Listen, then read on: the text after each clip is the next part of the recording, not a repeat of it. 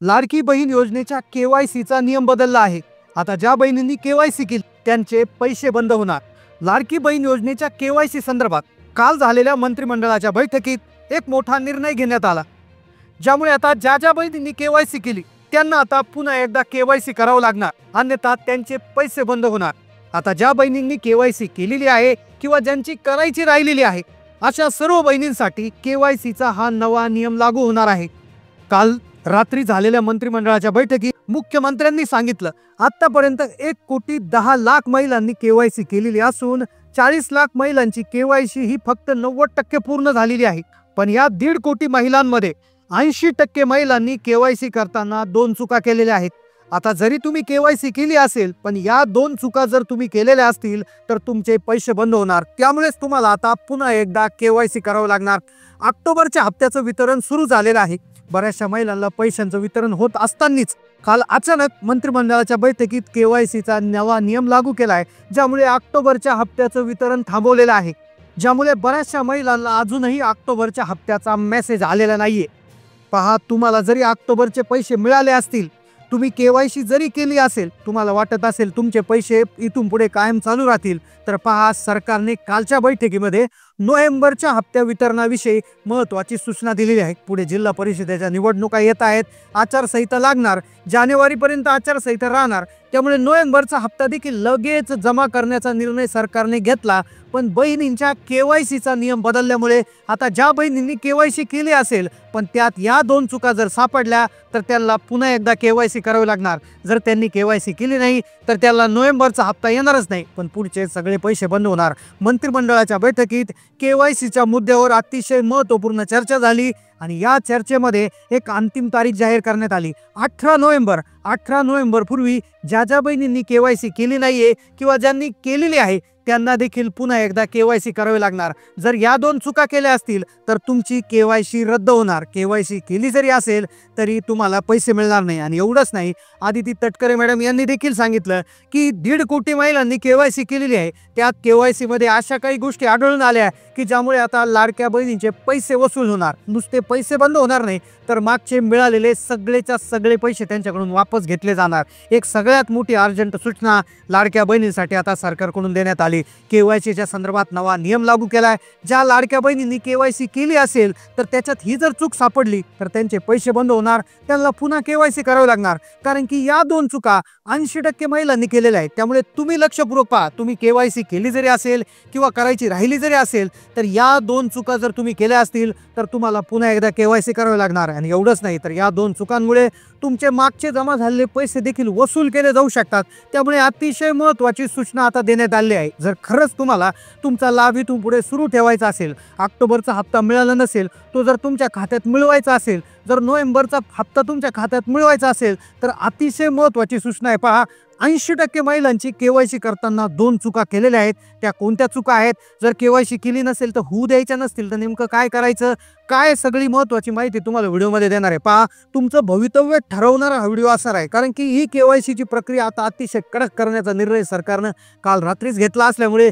ज्यांनी केवायसी केलेली आहे त्यांच्यावर देखील हे नियम लागू होणार आणि ज्यांची केवायसी झाली नाही त्यांना देखील या नियमातूनच आता जावं लागणार आहे। त्यामुळे अतिशय लक्षपूर्वक हा व्हिडिओ पाहायचा आहे। व्हिडिओमध्ये सगळ्यात आधी आपण पाहणार आहोत की ऑक्टोबरच्या हप्त्याचं वितरण कशा पद्धतीने सुरू आहे, पहिल्या टप्प्यात कोणत्या जिल्ह्यामध्ये पैसे मिळालेले आहेत, आज कोणत्या जिल्ह्यामध्ये पैशाचं वितरण होणार, उद्या कोणत्या पैशामध्ये वितरण होणार, नोव्हेंबरच्या हप्त्यासाठी यादी कशा पद्धतीने तयार होती, केवायसीचा काय नियम बदललाय, ज्या बहिणींनी केवायसी केली आहे त्यांच्यासाठी काय नवा नियम लागू केला, ज्यांची केवायसी झाली नाही त्यांच्यासाठी काय दिलासादायक बातमी आलेली आहे, सगळं सविस्तर तुम्हाला सांगणार आहे। पहा, अतिशय लक्षपूर्वक 2 मिनिटं तुम्ही हा व्हिडिओ पाहायचा आहे, कारण की सगळ्यात महत्त्वाचं अपडेट आलेलं आहे। पहा, आता जवळपास सरकारने कालच्या बैठकीमध्ये लाडक्या बहिणींविषयी एक महत्त्वाची चर्चा सुरू होती। त्यात मुख्यमंत्र्यांनी आदिती तटकरे मॅडम यांना विचारलं की किती महिलांची ही केवायसी झाली आहे, तर काल पहिल्यांदाच खरी संख्या बाहेर आली आहे। ती संख्या अशी होती की 1,10,00,000 महिलांची ही केवायसी प्रक्रिया पूर्ण झाली आहे।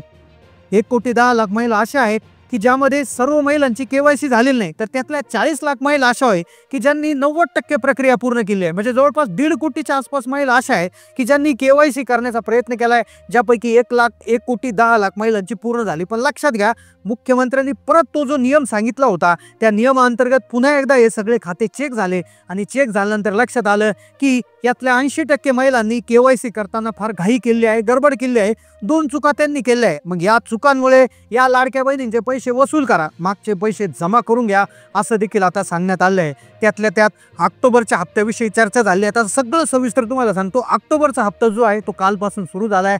ऑक्टोबरच्या हप्त्याच्या वितरणाची जी तयारी होती ती 29 ऑक्टोबरला GR प्रदर्शित करून करण्यात आली होती, पण उशीर झाला, त्यामुळे जो आहे तो हप्ता सुरू करण्यात आला. काल पहिल्या टप्प्यामध्ये मुंबई शहर जिल्ह्यात पैसे आलेले आहे. तुम्ही कमेंट करायचं आहे तुम्हाला पैसे आलेत का. त्यानंतर मुंबई उपनगर जिल्ह्यामध्ये देखील पैशांचं वितरण त्या ठिकाणी झालेलं आहे.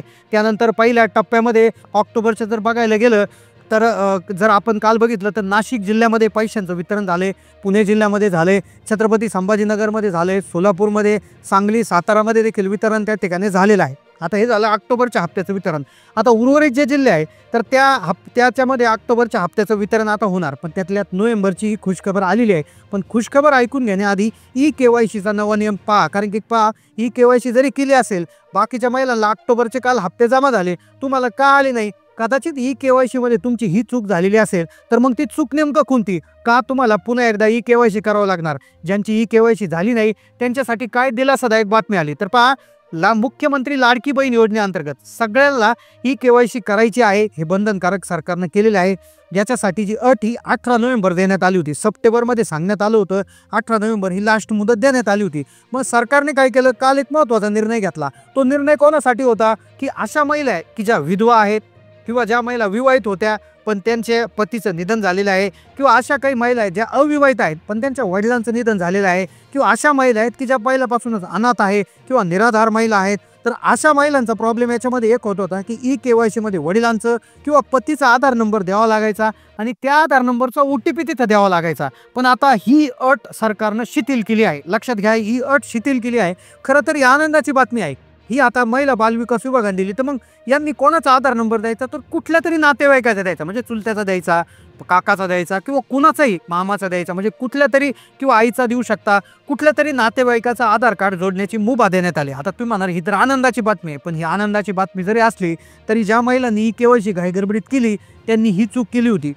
त्यांनी काय केलं होतं, त्यांनी त्यावेळेस तिथे पतीचा किंवा वडिलांचा आधार नंबर जोडायला सांगितलं होता, तर त्यांनी त्यावेळेस काय केलं होतं, स्वतःचाच आधार नंबर दिलाय किंवा कुणा एखाद्या मित्राचा नंबर दिलाय, मैत्रिणीचा नंबर दिलाय, तर किंवा जस की केंद्रावर करत होते CSC सेंटरवर, तर तिथल्या कोणाच तरी आधार नंबर दिलाय, त्यांचा OTP येऊन तो KYC सबमिट झालाय.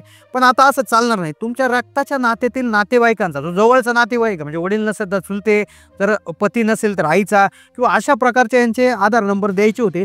आणि हा जो अपडेट आहे किंवा ही जी तुम्हाला अट दिली आहे किंवा ही शिथिलता ही आज दिलेली आहे. तुम्ही आधीच जर असं केलं असेल तर कदाचित पुन्हा एकदा तुम्हाला त्या KYC मध्ये अपडेट करावं लागू शकतं. आणि सरकारने पहिलेच सांगितलं होतं की KYC मध्ये कुठले अपडेट करता येणार नाही. त्यामुळे आता तुम्हाला खरंच आता प्रॉब्लेम याच्यामध्ये होऊ शकतो.